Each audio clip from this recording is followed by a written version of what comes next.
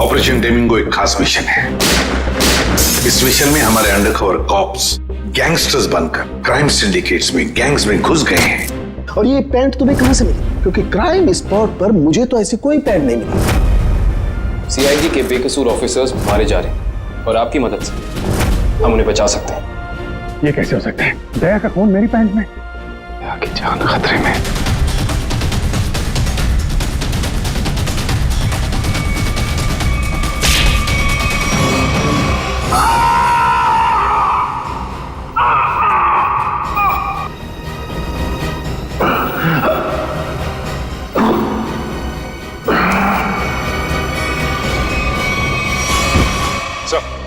शहर में जितने भी चेक नाके हर जगह पता किया, ना ही एसीपी सर का पता लगा और ना ही दया सर का। एसीपी का तो पता नहीं लगा, लेकिन दया का पता लग गया। पता चल गया? कहाँ है वो? जी, उन्हें कुछ गुंडे उठाकर कहीं कैद करके रखे हुए हैं। उनकी हालत बहुत खराब है। ये डॉक्टर प्रमोद, गुंडे ने जबरदस्ती उठा करके ले गए थे। एक्चुअली दया की पीठ में गोली लगी थी जो गुंडों ने इनसे निकलवाई थी। दया सर को गोली लगी थी? अभी दया कैसा है? खतरे से बाहर है? कुछ कह नहीं सकते। मैंने गोली तो निकाल ली है, पर वहां का माहौल जिस तरह का है, किसी भी मरीज के लिए वो ठीक नहीं है। आपको कुछ तो याद होगा डॉक्टर साहब, कहाँ है उन गुंडों का अड्डा? उन्होंने मेरी आंखों पर पट्टी बांधी हुई थी तो मैं कुछ देख नहीं सका। वहां जाने के बाद तो पट्टी खोली होगी ना? वहां पे देखा होगा उनको? उनके चेहरे याद हैं आपको? जी, चेहरा देखा हुआ है। Very good. पंकज, इसके चार्ज को बुलाओ जल्दी से।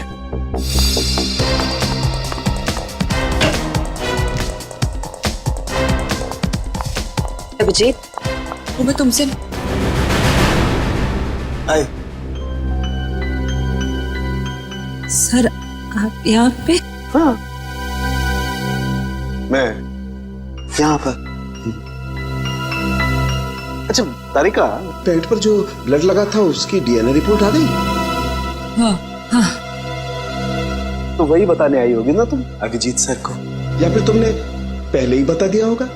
अपने बॉस को, डॉक्टर सालुखे को बताना कतई जरूरी नहीं समझा?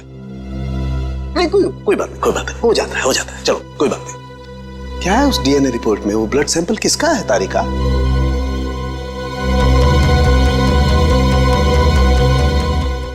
दया का। दया का।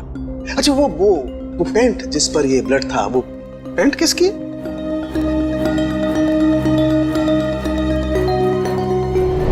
ये कैसे हो सकता है? दया का खून मेरी पैंट में। अभिजीत की। अब इतने दूर आए हैं तो ऐसे ही टाइम बेकार थोड़ी जाने दूंगी मैं। वाह बीवी जी वाह, इसे कहते हैं बहती गंगा में हाथ धोना।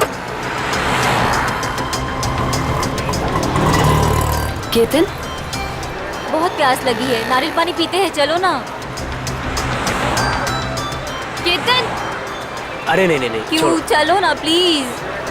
केतन, केतन। बाकी शॉपिंग ना किसी और दिन करते हैं, चलो घर चलते हैं। नहीं, मुझे अभी शॉपिंग किसी और दिन। क्यों? समझो ना यार, मेरा पेट खराब है, प्लीज। नहीं अभी समझा करो, मैं कह रही हूँ ना। प्लीज मानो बात। केतन, कहाँ थे तुम केतन? कौन है ये? मुझे क्या पता, मैं इन्हें नहीं जानता। तुम मुझे नहीं जानते? अपनी सिमी को नहीं जानते केतन? देखिए बहन जी, आपको कोई गलतफहमी हो गई है। ये केतन नहीं है, ये मेरे पति जय है। मुझे अपने पति को पहचानने में कोई गलतफहमी नहीं हुई। ये मेरे केतन हैं। शायद आपके पति की शक्ल मेरे से मिलती होगी। मेरा नाम तो जय है, जय धनकिशोर। ये देखिए मेरा ड्राइविंग लाइसेंस।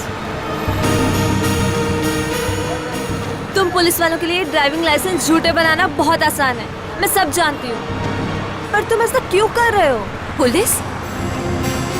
बहन जी, ये पुलिस में नहीं है, ये तो मार्केटिंग मैनेजर है। ये मार्केटिंग मैनेजर नहीं, मेरे पति हैं, एक पुलिस ऑफिसर। 6 साल पहले केस की ड्यूटी के लिए गए थे और आज तक वापस नहीं लौटे। 6 साल पहले? हाँ। आपकी शादी कब हुई? 5 साल पहले। तुम मुझ पे शक कर रही हो, और वो भी इस अजनबी औरत के कहने पे। चलो। केतन, केतन रुको, केतन।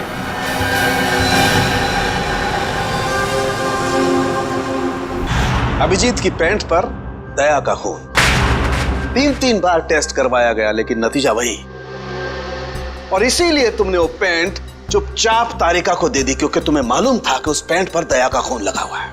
अगर मुझे पता होता कि मेरी पैंट पे दया का खून है तो मैं उसे टेस्ट करने के लिए देता ही क्यों?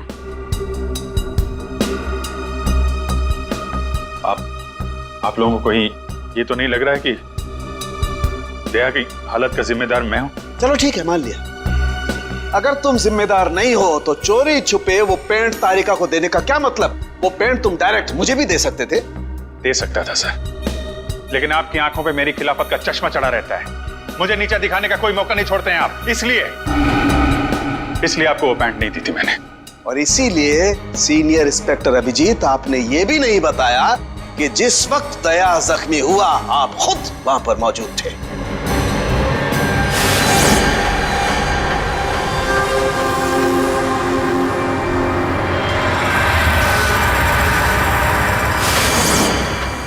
बता देता, अगर मुझे याद होता तो।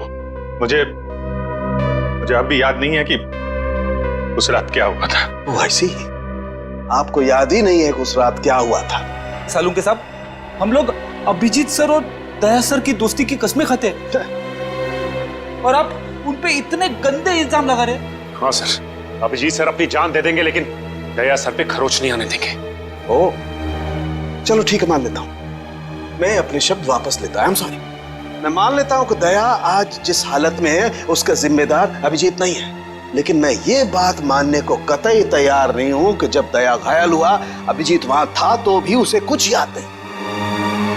कोई तो ऐसी बात होगी जो अभिजीत के दिमाग में घुस गई होगी, कुछ तो। इट्स इम्पॉसिबल, कुछ भी याद नहीं है।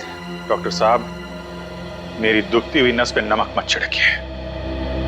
आप अच्छी तरीके से जानते हैं कि मेरी याददाश्त। जानता हूं अभिजीत, याद दिलाने की कोशिश मत करो। मैं अच्छी तरह से जानता हूं कि जब सीनियर इंस्पेक्टर अभिजीत मुसीबत में होते हैं उनके पास अपने बचाव के लिए बहुत शानदार हथियार होता है, उनकी याददाश्त। प्लीज सालुंके सर, आप अभिजीत की इंटेग्रिटी पे hold on doctor Tarika. Integrity का पाठ आप मुझे मत पढ़ाइए, क्योंकि आपने सीआईडी का सबसे बड़ा नियम तोड़ा है, हम लोगों से इतना इंपॉर्टेंट सुराग छुपाने का। Understand that? इंटीग्रिटी। सर, उस रात की कोई ऐसी बात जो आपको याद हो? कुछ भी?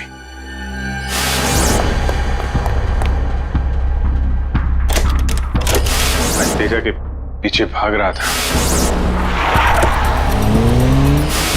वो भाग के गाड़ी में बैठ गया और फिर किसी ने उसे गोली मार दी और गाड़ी से बाहर फेंक दिया।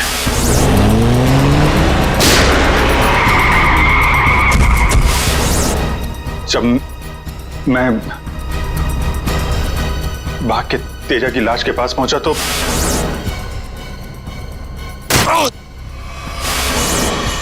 किसी ने मेरे गर्दन के पीछे कुछ सुई जैसी फिर मैं बेहोश हो गया और दूसरे दिन जब आंख खुली तो मैंने पाया कि मैं एक सड़क के ऊपर गिरा पड़ा हूं। इस बीच क्या हुआ मुझे कुछ याद नहीं, मुझे कुछ याद नहीं। ठीक है, कोई बात नहीं। उस रात एग्जैक्टली क्या हुआ था ये पता चल जाएगा इस गोली के जरिए। ये वो गोली है जो दया की पीठ में से निकाली थी डॉक्टर प्रमोद ने, और इस गोली की बैलिस्टिक रिपोर्ट से पता चल जाएगा कि दरअसल ये गोली किसकी गन से चली है। Tarika, come with me. Doctor Pramod, 1 minute. आपको स्केच बनवाने हैं और मुझे आपसे कुछ सवालों का जवाब चाहिए। जी पूछिए। डॉक्टर साहब, आपको उन गुंडों ने कहां से किडनैप किया था? प्रताप नगर से। और फिर आपकी आंखों पे पट्टी बांध दी थी? जी, और उसके बाद गाड़ी में बिठाकर उनके अड्डे तक लेकर गए। अड्डे तक पहुंचने में आपको कितना टाइम लगा होगा, कुछ याद है आपको? 40-45 मिनट। 40-45 मिनट। कितने बजे की बात है ये? रात के तकरीबन 10:30 बजे की। 10:30 बजे रात? उस वक्त तो प्रताप नगर में ज्यादा ट्रैफिक नहीं होता है, सड़कें खाली रहती है। श्रेया, शहर का मैप लेकर आओ और उन सभी जगहों की लिस्ट बनाओ जहां पे प्रताप नगर से 45 मिनट में पहुंचा जा सकता है। श्रेया, क्या बात है? शहर का मैप लेकर आओ जल्दी। सॉरी सर, मेरी तबीयत कुछ ठीक नहीं लग रही। एक्सक्यूज मी।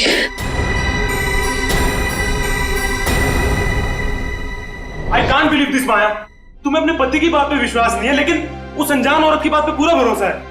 एक औरत दूसरी औरत की आंखों में झांक कर देख सकती है कि वो सच कह रही है झूठ, और उसकी आंखों में सच्चाई नहीं, उसके आंसू झूठे नहीं थे। माया, उसने 2-4 आंसू क्या बहा दिए, वो सच्ची हो गई, और मुझे रोना नहीं आता तो मैं झूठा हूँ। सच बताओ, बताओ सच की कितनी बीवी है तुम्हारी, और बताओ मुझे जे। अरे मुझसे एक तो समझ नहीं रही, मैं और रख के क्या करूंगा?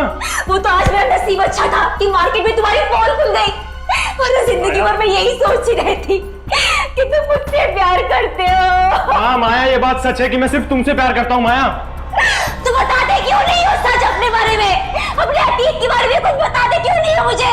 माया, सब कुछ तो तुम्हें पता है कि मेरा आगे पीछे कोई नहीं है, तो तुम्हारे अलावा है कौन मेरा? और तुम्हारा काम पुलिस में हो या मार्केटिंग मैनेजर हो? मार्केटिंग? माया, सब झूठ। मुझे तुम्हारे ऑफिस जाना है, बस आई डोंट केयर, मुझे तुम्हारे ऑफिस जाना है। ठीक है ठीक है, ऑफिस जाना है, मैं तुम्हें अगले हफ्ते अपने ऑफिस लेके चलूंगा। खुश? क्यों अगले हफ्ते क्यों? हाँ तो कल क्यों नहीं? बल्कि मैं कहती हूँ कल नहीं, मुझे आज अभी इसी वक्त तुम्हारे ऑफिस जाना है। शक्की भी एक हाथ होती है यार।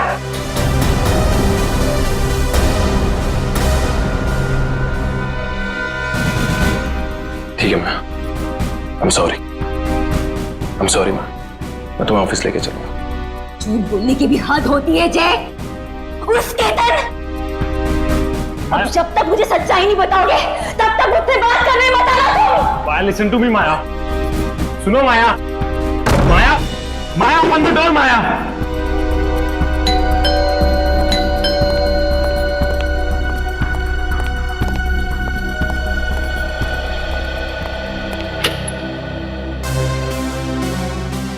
आप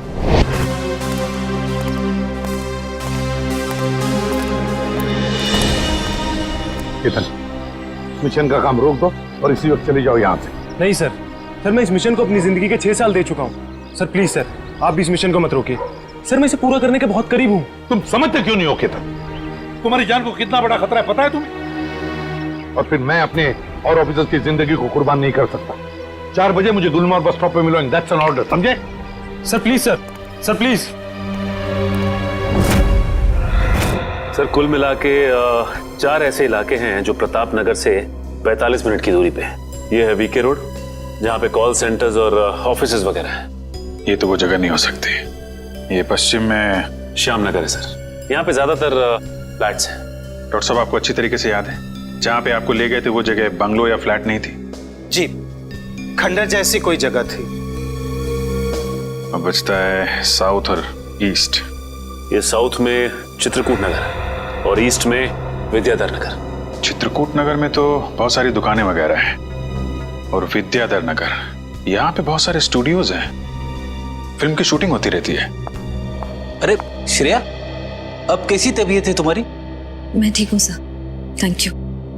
श्रेया, चाहो तो तुम घर चली जाओ और आराम कर लो, तब तक हम लोग ये सब पता लगाते हैं। नहीं सर, जब तक दया सर और एसीपी सर का पता नहीं चल जाता मुझे चैन नहीं मिलेगा। ओके ठीक है, मतलब दया या तो विद्याधर नगर में है या फिर चित्रकूट नगर में है।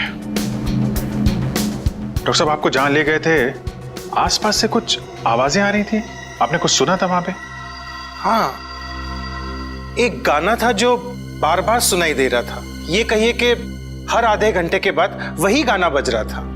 इसका मतलब आसपास कहीं फिल्म की शूटिंग चल रही थी, मतलब Vidyadhar Nagar. Vidyadhar Nagar, correct. Film studios वहीं पे है।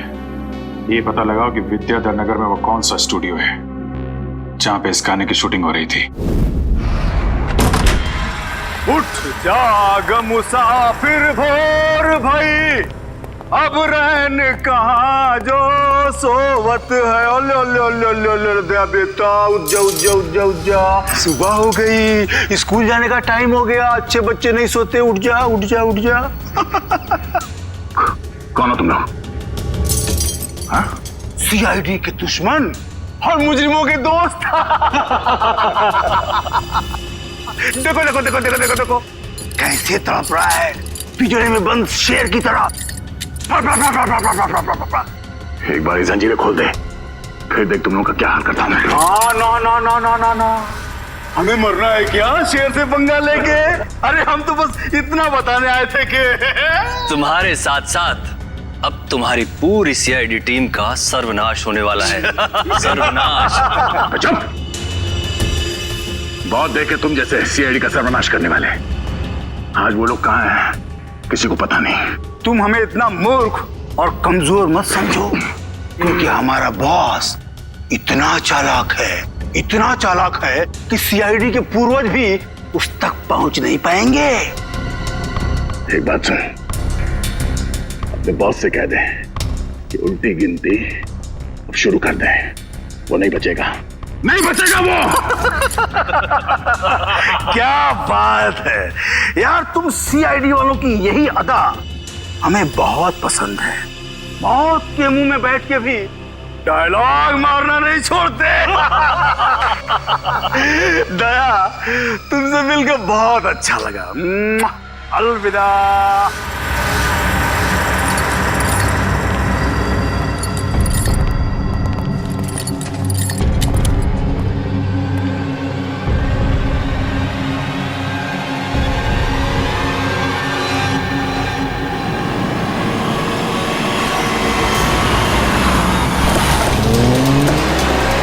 ये चाय और प्यार व्यार गाने की शूटिंग इसी स्टूडियो में चल रही थी ना? सर, यही है वो विराज स्टूडियो।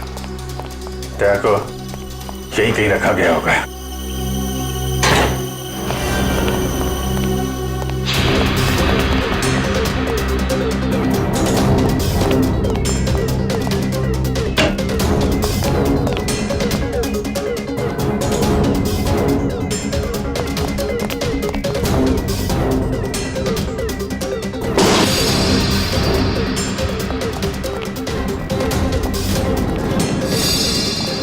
इतना सारा खून? मतलब सर, दया सर यहीं पे थे? ये जंजीरें, इन जंजीरों से बांध के रखा गया था मेरे दोस्त को। एक बार ये भेड़िए मिल जाएं। सर, ये चाय का ग्लास मिला है। चाय अभी तक गर्म है सर। चाय गर्म है, इसका मतलब वो लोग ज्यादा दूर नहीं गए होंगे।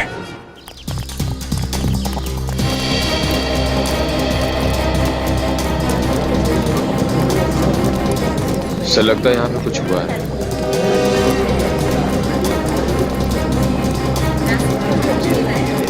हटिए प्लीज, साइड दीजिए प्लीज, हम लोग सीआईडी से।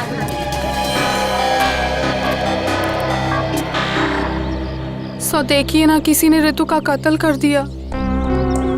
कैसे हुआ ये सब? पता नहीं सर, हम सब लोग तो शूटिंग में लगे हुए थे, तभी अचानक गोली चलने की आवाज सुनाई दी और यहाँ आकर देखा तो ऋतु की लाश।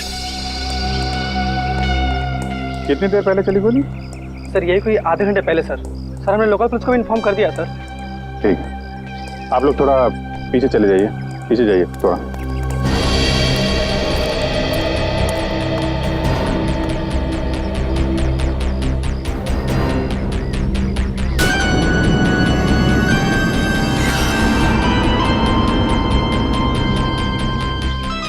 एग्जिट ढूंढ है माथे पे। गोली लगी होगी तो 2-3 सेकंड में बेचारी मर गई होगी। गोली लगी और आर पार। जरा चेक करो आसपास, देखो गोली इस डायरेक्शन में कहीं मिलती है क्या?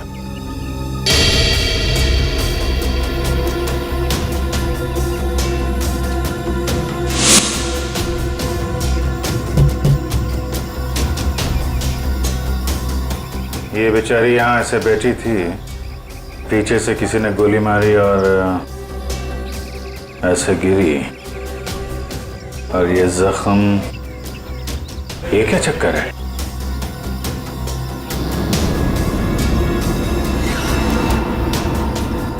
विग पहनी हुई थी इसने।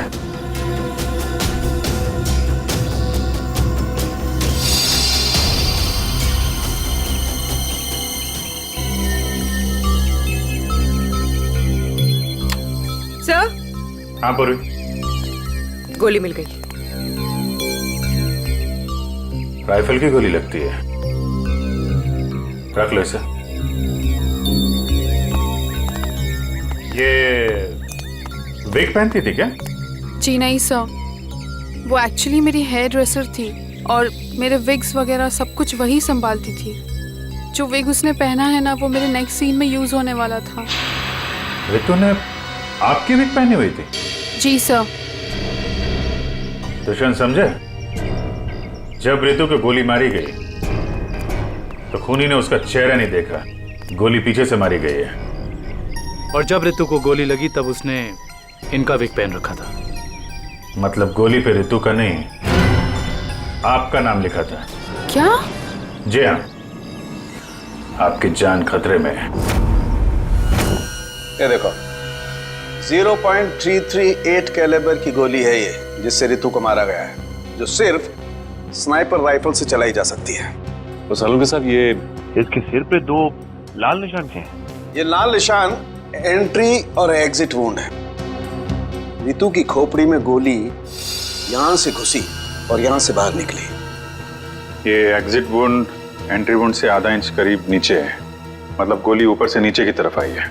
जी हाँ, गोली रितु की खोपड़ी में यहां से घुसी और यहां से बाहर निकलकर सीधे वैनिटी वैन के फुटबोर्ड पे जाके अटक गई। और हमारे कैलकुलेशंस के हिसाब से गोली चली है यहां से, ऐसे। गोली लगभग 2-3 मंजिल की ऊंचाई से चलाई गई है। काफी कुछ पता लगा लिया सर आपने। हाँ, रितु के केस में तो मैंने काफी कुछ पता लगा लिया है।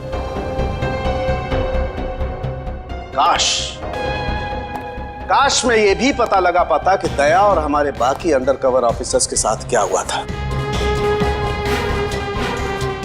मगर अफसोस, जो व्यक्ति ये बात बता सकता है वो बताना ही नहीं चाहता है। क्या मतलब है आपका बताना नहीं चाहता? याद होगा तो बताऊंगा ना। आपको तो बस बहाना चाहिए मेरे पीछे पड़े रहने का। नहीं अभिजीत, सालुके कभी किसी पर बेवजह इल्जाम नहीं लगाया करता है। डॉक्टर साहब प्लीज। आप क्या प्लीज?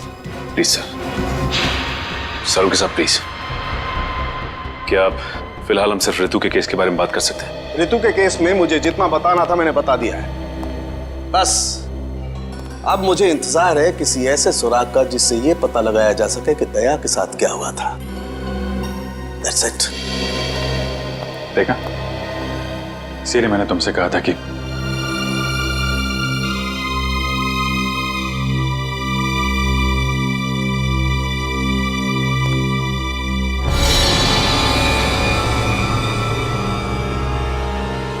Sharp shooter. साहब मैं आपको बोल रहा हूँ ना, पिछले 1 हफ्ते से यहाँ कोई शूटिंग नहीं हुई, तो यहाँ किसी का आने का सवाल ही नहीं उठता। मतलब पिछले 1 हफ्ते से तुम्हारे अलावा स्टूडियो में कोई नहीं आया? जी नहीं साहब। मतलब गोली तुमने चलाई? मैं गोली कैसे चला सकता हूँ? मुझे तो दिवाली के पटाखों से भी डर लगता है। तो फिर ठीक से सोच के बताओ, कोई ना कोई तो गया था दूसरे माले में। हाँ साहब, एक प्लम्बर आया था वो पाइप ठीक करने के लिए।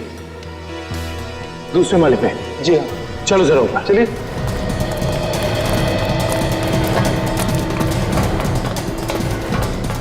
किस तरफ? ये साइड।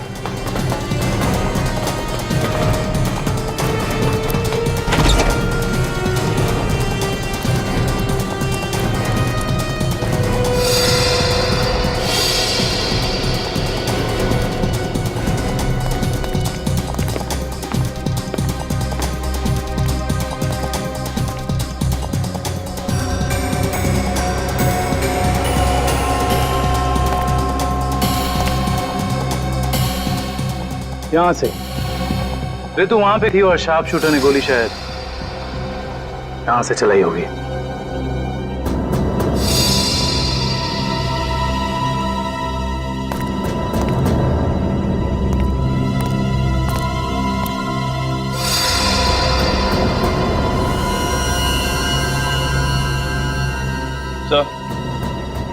सलवानिया पर गोली ही चलाई गई है।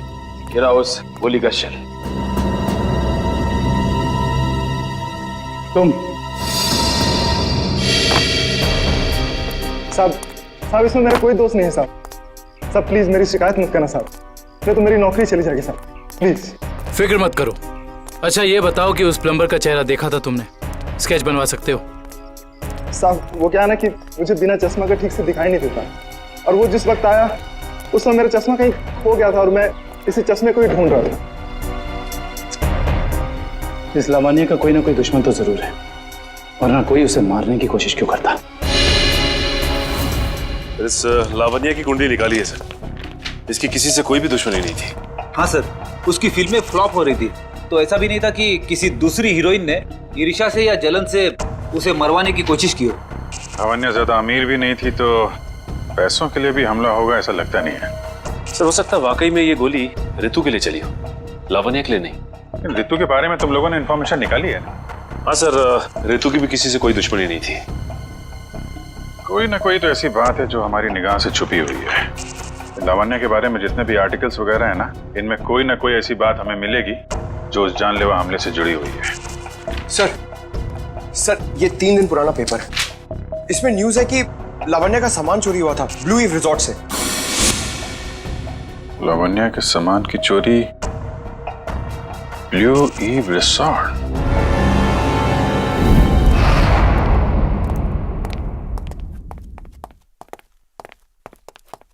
यही रूम है सर।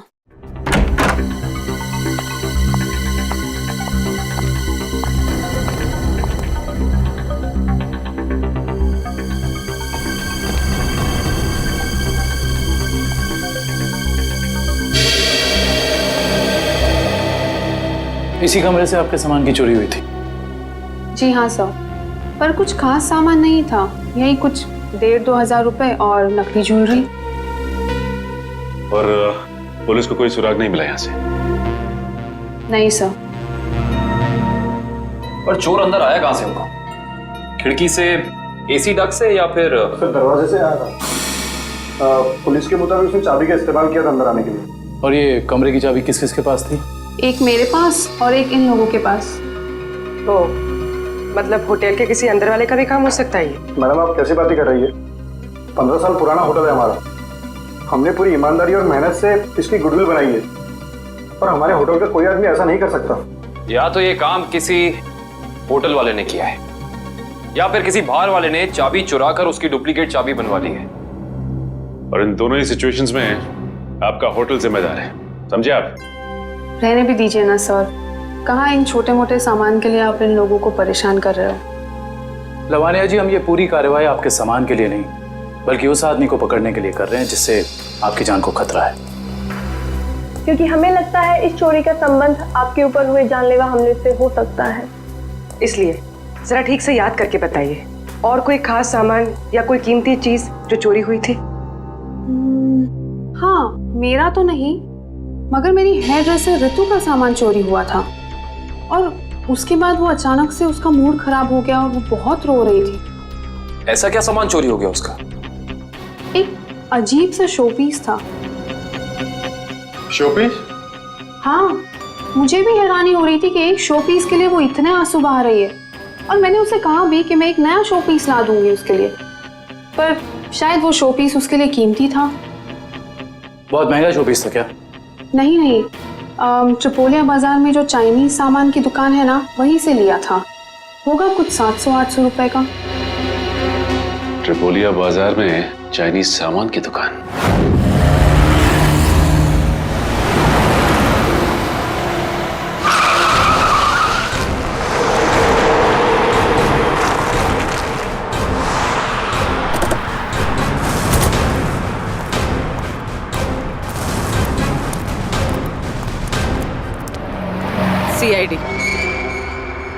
सीआईडी? एक खून के सिलसिले में आपसे पूछताछ कर रही हूँ। खून? किसका खून हो गया है? ये ऋतु हैं, फिल्म इंडस्ट्री में हेयर ड्रेसर का काम करती हैं। कुछ याद आया?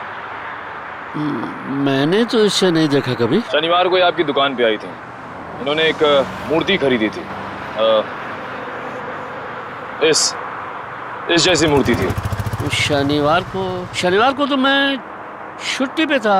हाँ, सुशांत दुकान संभाल रहा था। क्यों सुशांत, तुमने देखा था इन्हें? हो सकता है यो, शनिवार का दिन बहुत बिजी दिन होता है ना, बहुत से लोग आते हैं। कुछ याद नहीं आ रहा। अच्छा जरा वो मूर्ति दिखाना। वो वाली भी।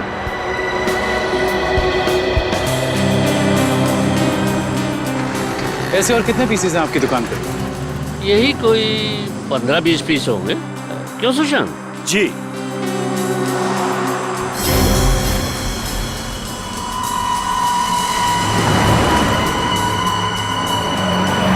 ये इन 2 बॉक्सेस पे ये क्रॉस के निशान क्यों लगे? अरे वो तो डिफेक्टिव पीस है, इन्हें फैक्ट्री वापस भेजना है, किसी काम के नहीं आपके। वो अभी पता चल जाएगा। दिखाओ इधर, दिखाओ।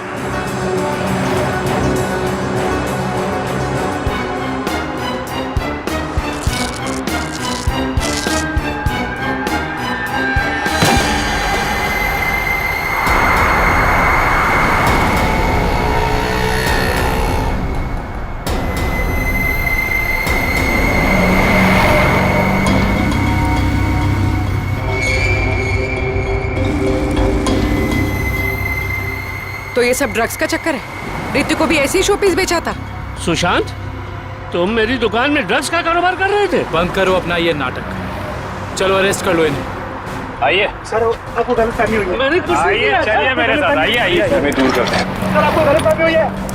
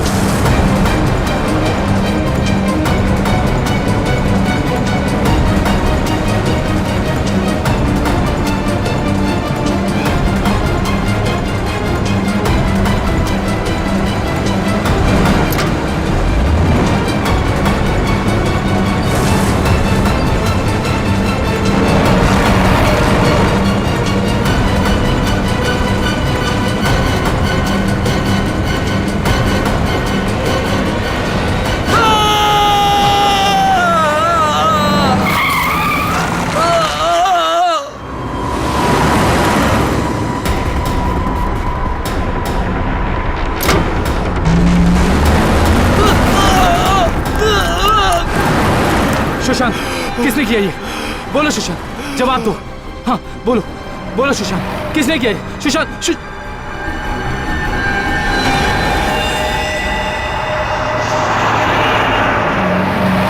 He is dead. सर इतना तो तय है, रितु की मौत का संबंध इस ड्रग्स की तस्करी से है। हाँ पूर्वी, मगर इस ड्रग्स के रैकेट के पीछे है कौन?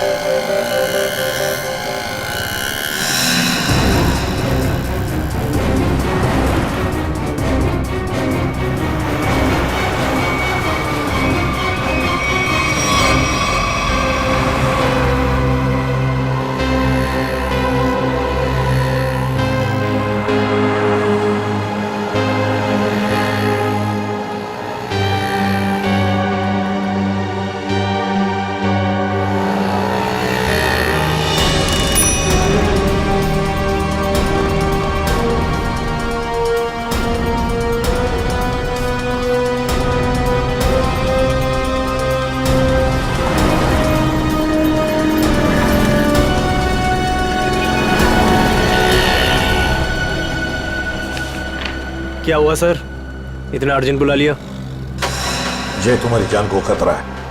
तुम सब लोगों के बारे में किसी को पता चल गया है और वो एक एक करके मारे जा रहा है। ये कैसे हो सकता है सर? आखिर ये खबर खोली किसने? वही तो समझ में नहीं आ रहा है, वही तो पता लगाना है। तुम एक काम करो, इसमें भोपाल की टिकट है और 10,000 रुपये है। जल्दी से निकल लो यहां से, जाओ निकल लो जल्दी। जय, जय क्या हुआ? जय, जय,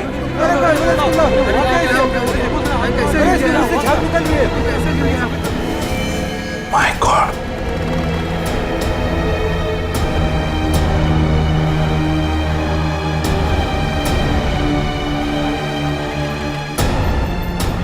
मेरा एक और अंडरकवर कॉप मर गया, एक और सीआईडी ऑफिसर मर गया और मैं उसे बचा नहीं पाया।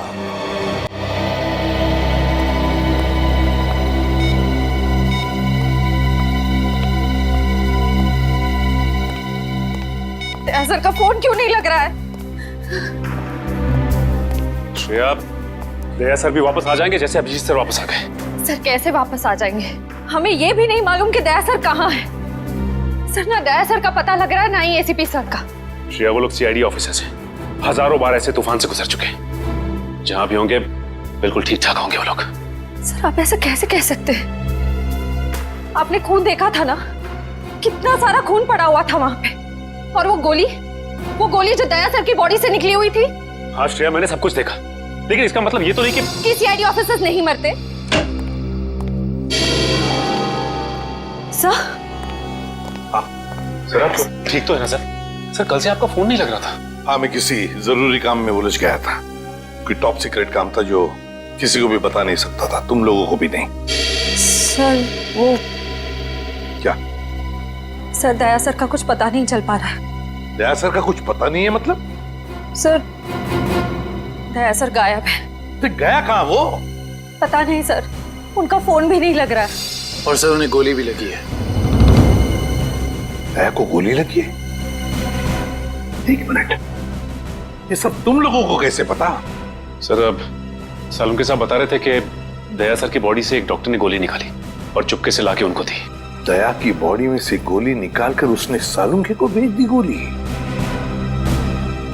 अभिजीत कहाँ है? सर अभिजीत सर भी गायब थे, अभी 3 घंटे पहले वापस आए।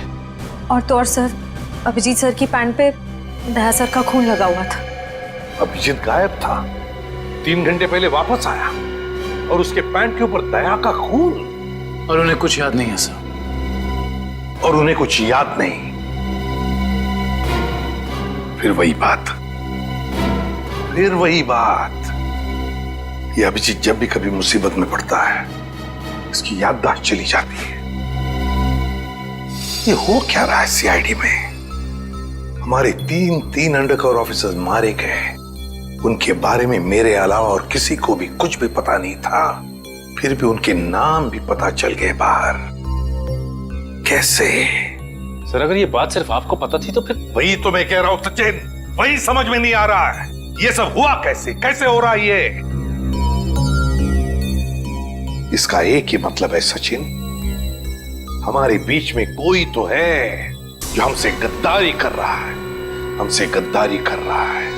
कोई गद्दार है। और सर एक बात और, एक हेयर ड्रेसर का खून हो गया सर। Hairdresser? हाँ सर, शूटिंग के दौरान उसका खून हुआ। सर लगता है ये खून ड्रग्स की वजह से हुआ है। और सर छानबीन के दौरान एक आदमी तक पहुंचे भी, लेकिन बाद में वो भी मारा गया। और सर उसकी जेब से हमें ये कागज मिला है सर, इसके ऊपर कुछ नंबर्स लिखे हुए हैं। 185637245 18356722345। सचिन ये कोई सेल फोन नंबर या फिर टेलीफोन नंबर्स भी नहीं हो सकते। ये नंबर्स कुछ और ही है।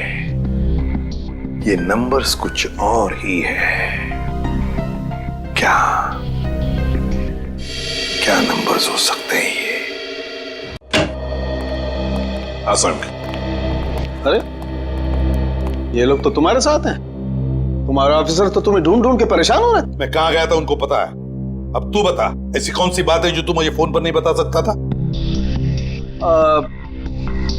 प्रद्युमन, ये बात हम दोनों अकेले में नहीं कर सकते। क्यों? ऐसी क्या बात है जो तू इन सबके सामने नहीं बता सकता?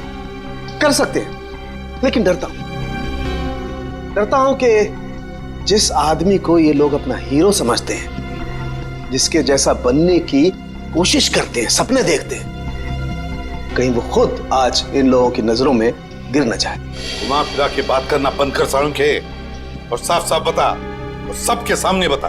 ठीक है, साफ साफ बोलता हूं और इन सब के सामने बोलता हूं, लेकिन जो मैं बताऊंगा उसे सुन करके ये मत सोचना कि मैं किसी से बदला ले रहा हूं या किसी के साथ दुश्मनी निकाल रहा हूं। क्राइम स्पॉट की बैलिस्टिक रिपोर्ट आ गई है। क्या लिखा है रिपोर्ट में? पहली गोली चली कल्लू पर, अभिजीत की गन से। हमारे अंडरकवर कॉप पर? जी हाँ, और इतना ही नहीं, दूसरी गोली लगी भीखू को, दया की गन से। नहीं, ऐसा नहीं हो सकता। अभिजीत और दया सर भीकू और कल्लू को इस तरह से कुर्सी पे बांध के गोली नहीं चला सकते सर। रेडे, बैलिस्टिक रिपोर्ट कभी झूठ नहीं बोलती है। और सबसे इंपॉर्टेंट रिपोर्ट, वो रिपोर्ट जिसकी वजह से मैं इन लोगों को बाहर जाने के लिए कह रहा था। अभिजीत का फोन है। अभिजीत, कहां हो तुम? अभी इसी वक्त फोरेंसिक लैब में चले आओ। Forensic lab? क्यों सर, क्या हुआ? अभिजीत, तुमने गोली चलाई कल्लू पर। कालू को गोली मैंने? सर, मैं एक बेसहारा पर गोली क्यों चलाऊंगा? अभिजीत, तुम अभी इसी वक्त फोरेंसिक लैब चले आओ, and that's an order. Sir, ये बात सुन के जितना धक्का आपको लगा है उतना मुझे भी लगा है। जब तक मैं ये पता नहीं कर लेता कि उस रात क्या हुआ था, मैं नहीं आऊंगा सर। तो क्या तुम मेरे खिलाफ जाओगे? सर, मैं आपके खिलाफ नहीं जा रहा हूं सर, वही कर रहा हूं जो आपने हमेशा सिखाया है, सीआईडी की ड्यूटी सर। अभिजीत, मना कर दिया? आपके ऑनेस्ट, ब्रिलियंट, इंटेलिजेंट ऑफिसर ने आपका ऑर्डर मानने से मना कर दिया एसीपी साहब। मैं जानता था प्रद्युमन, ये अभिजीत एक न एक दिन पूरी सीआईडी टीम के लिए वो मछली साबित होगा जो पूरे के पूरे तालाब को गंदा कर देती। इस अभिजीत की वजह से पूरी की पूरी सीआईडी टीम बदनाम हो रही है। कलंक है ये अभिजीत, सीआईडी टीम पर एक बहुत बड़ा धब्बा है, कलंक। बस कीजिए सर, बस कीजिए। कितना भला बुरा बोलेंगे आप? मैं बस कर दूं? मैं तो बस कर दूंगा तारिका, लेकिन ये रिपोर्ट, इसका क्या करोगी? ये बस नहीं करेगी तारिका, ये बस नहीं करेगी बॉस। जानते हो इस रिपोर्ट में क्या है? क्या है उस रिपोर्ट में? दया पर गोली किसने चलाई? किसने मारी साळुंखे? किसने मारी गोली?